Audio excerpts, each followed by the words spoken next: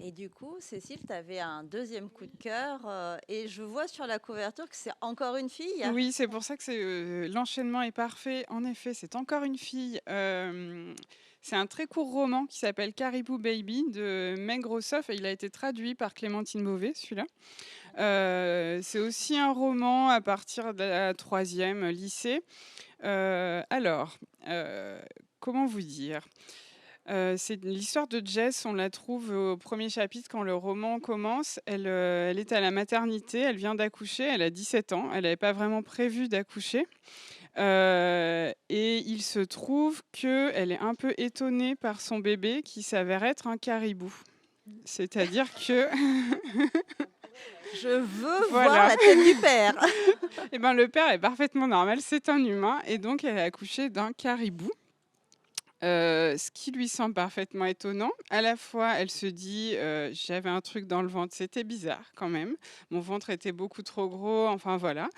Donc elle, ça lui semble bizarre, mais les soignants autour d'elle sont très, enfin prennent ça très bien en fait, hein. La sage-femme ou infirmière, je sais pas, a le petit caribou dans les bras, lui fait des petits gousi-gousi, incite, Jess à allaiter ce caribou,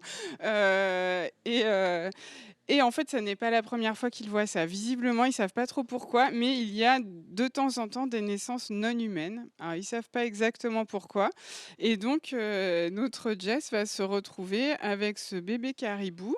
Et ce qui est étonnant, enfin ce qui est drôle en fait, c'est le décalage parce qu'en fait, il est pas humain en fait, mais elle s'en occupe comme d'un humain. Donc elle va lui mettre ses couches, elle va lui donner des biberons. Alors elle l'allaite pas finalement, c'est trop compliqué. Mais elle va lui mettre, dans son lait, elle va enrichir le lait avec des herbes, et puis des petites, enfin voilà des herbes, des choses qui vont lui plaire. Il va aller à la maternelle, avec les autres enfants de la maternelle. Donc voilà, tout est censé se passer normalement, sauf qu'il est quand même pas humain, donc c'est quand même pas si facile. Donc elle est quand même suivie par, des assistantes sociales, enfin elle rencontre mais elle est un peu désarçonnée par tout ça, par le discours que tiennent ces gens, en lui disant: «Mais ça va être un défi, mais un beau défi». Alors elle se dit: «Bon moi je l'aime bien enfin je l'aime, même elle l'aime en fait ce bébé caribou».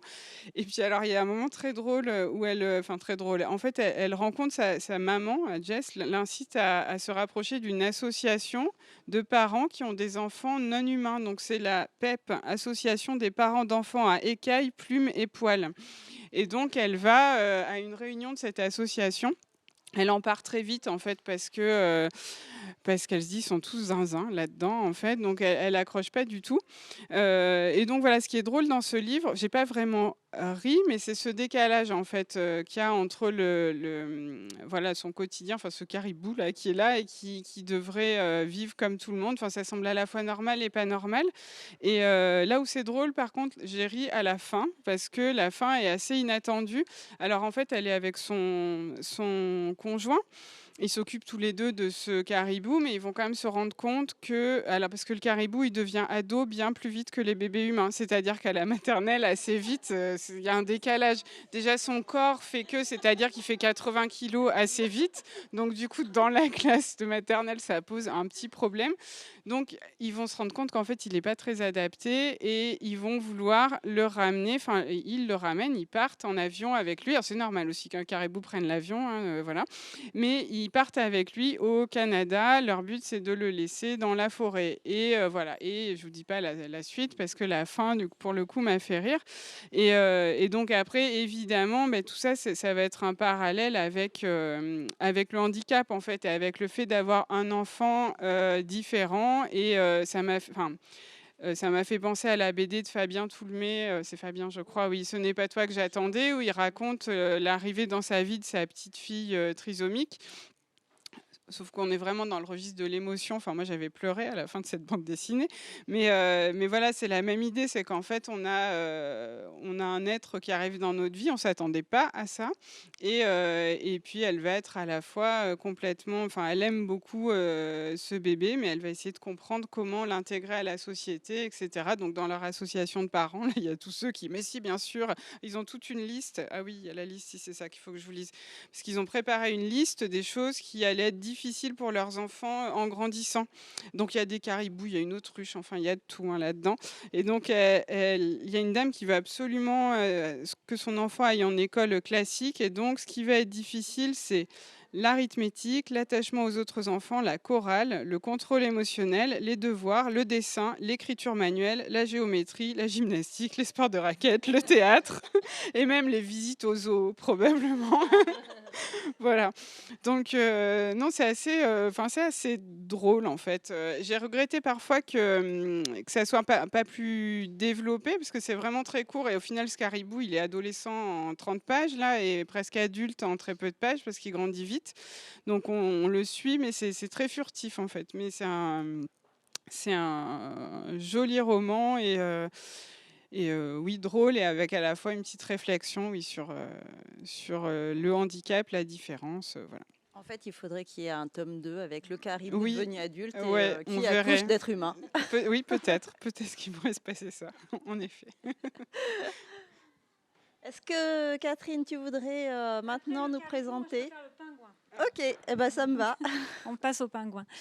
Alors, moi, j'ai choisi un roman qui s'appelle L'Arche part à 8 heures, qui en fait n'est pas du tout une nouveauté.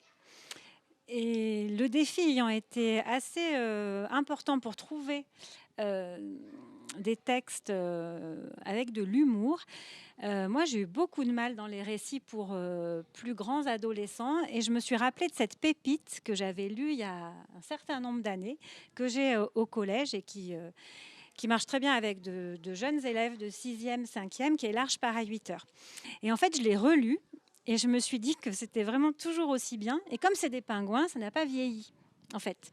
Parce que, bon, le pingouin en lui-même... Personnage intemporel. Intemporel par excellence. Alors, j'aime beaucoup cette histoire. Ça commence sur la banquise.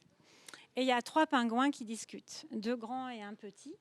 Et ils discutent de choses aussi essentielles que l'existence de Dieu, la création du monde, mais pourquoi on vit dans cet endroit tout blanc où tout est pareil. Enfin, ils ont des grandes discussions philosophiques.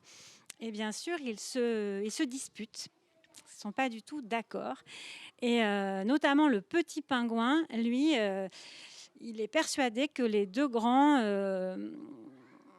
lui mentent et lui disent que Dieu existe pour lui faire peur. Donc en fait, il n'est pas du tout d'accord avec cette idée-là d'existence de Dieu. Il se dispute, il se met à pleurer, il finit par s'en aller. Il les laisse sur leur coin de banquise. Et c'est là que le ciel s'obscurcit, tout devient noir et arrive la colombe, une colombe très très excitée là, qui leur dit dépêchez-vous, dépêchez-vous, c'est le déluge arrive. Ça va être terrible. Donc, 2 représentants par espèce. Demain, l'arche de Noé, l'arche part à 8 heures. Je vous donne votre ticket pour monter sur l'arche. Soyez à l'heure, on n'attendra pas les retardataires. Et elle leur donne vraiment, moi j'aime beaucoup, déjà ça me fait rire, parce que c'est un peu illustré aussi. Elle leur donne vraiment un billet, comme pour une croisière, où il est écrit « Ce billet est uniquement un titre de transport. En aucune façon, il ne donne droit à une place assise. Ce billet ne peut être revendu. Il perd toute validité après le déluge. » Donc, ils ont leur billet. Il faut qu'ils se préparent. Alors, ils sont inquiets par la perspective du déluge, mais finalement, ils sont contents parce qu'ils ont été choisis. Ils vont sauver l'espèce. Ils vont pouvoir prendre l'arche. Mais au bout d'un moment, ils ont un peu d'hésitation. Et puis, ils pensent aux petits pingouins quand même, parce que c'était leur copain. Ils se sont disputés, mais lui, il ne mérite pas de mourir à cause du déluge. Donc, ils reviennent le voir, mais le petit est toujours vexé. Bref, il l'assomme et il décide de le mettre dans la valise. Il est là. Donc, il est dans la valise. Il décide de le mettre dans la valise et de le faire monter à bord de l'arche avec eux, de le sauver, quoi. Donc, le lendemain, tu parlais tout à l'heure de comique de situation. Là, on y est, quoi. Le lendemain, on a nos 2 pingouins qui se présentent à l'arche au départ, avec une grosse valise vraiment très grosse, avec le petit pingouin dedans. Et tout le truc, ça va être de monter cette valise à bord sans qu'elle soit fouillée.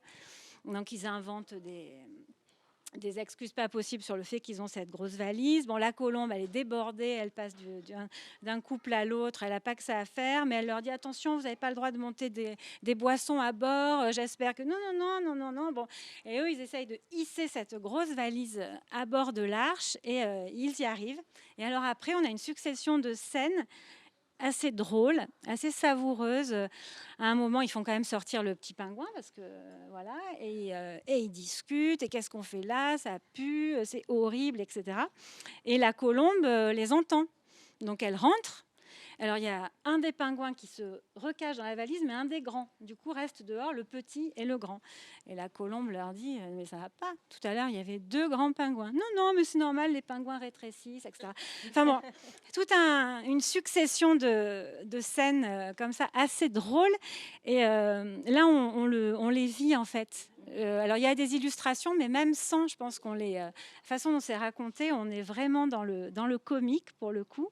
Et cette colombe, qui a beaucoup de travail, elle doit régler plein de choses à bord. Elle n'arrête pas de dire depuis le début, mais c'est bizarre, il me semble que j'ai oublié quelque chose, mais je ne me rappelle pas quoi. Et ça revient comme ça à chaque fois, enfin assez régulièrement. Bref, plein de succession de petites scènes assez amusantes. Et puis finalement, c'est la fin du déluge. Dieu a décidé que ça suffisait, cette histoire de déluge. Donc l'arche va accoster. Le lendemain, c'est fini, quoi. C'est fini, mais par contre, il faudra sortir chaque espèce 2 par 2 et se présenter à Noé pour qu'il vérifie que tout va bien, etc. Donc forcément, on a notre problème de nos pingouins, là, et encore, ils sont 3. Bon, on pourrait en cacher un autre dans la valise. Et c'est à ce moment-là, tant pis, je vous le dis, je vous le dis, la colombe, en fait, elle avait oublié. Ce qu'elle avait oublié, c'était le 2e représentant de son espèce. Et alors, à votre avis? Petit pingouin? Petit pingouin, moi je vous le dis parce que c'est vraiment trop drôle, va se travestir en colombe. Et ils vont se présenter tous les 2 à Noé. Et moi, ça, j'adore. Alors, Noé, il est vieux, il n'y voit pas très clair. Il trouve quand même que c'est un peu bizarre, ce petit pingouin, ce petite colombe, là, elle a l'air un peu bizarre. Oui, non, mais c'est pas grave et tout.